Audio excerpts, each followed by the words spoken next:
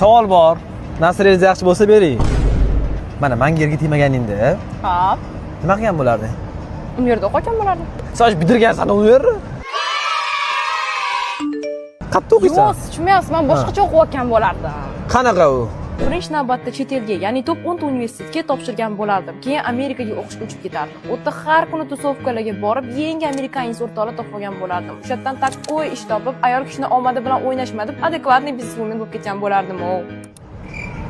Qanaqa?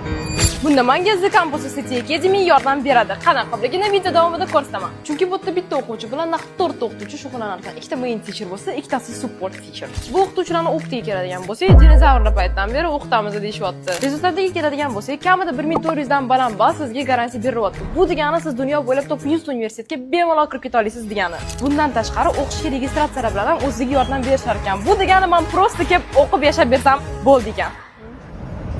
Ko'rdingmi? Nima ko'rding? Shuning uchun ham menga erga deyapsan.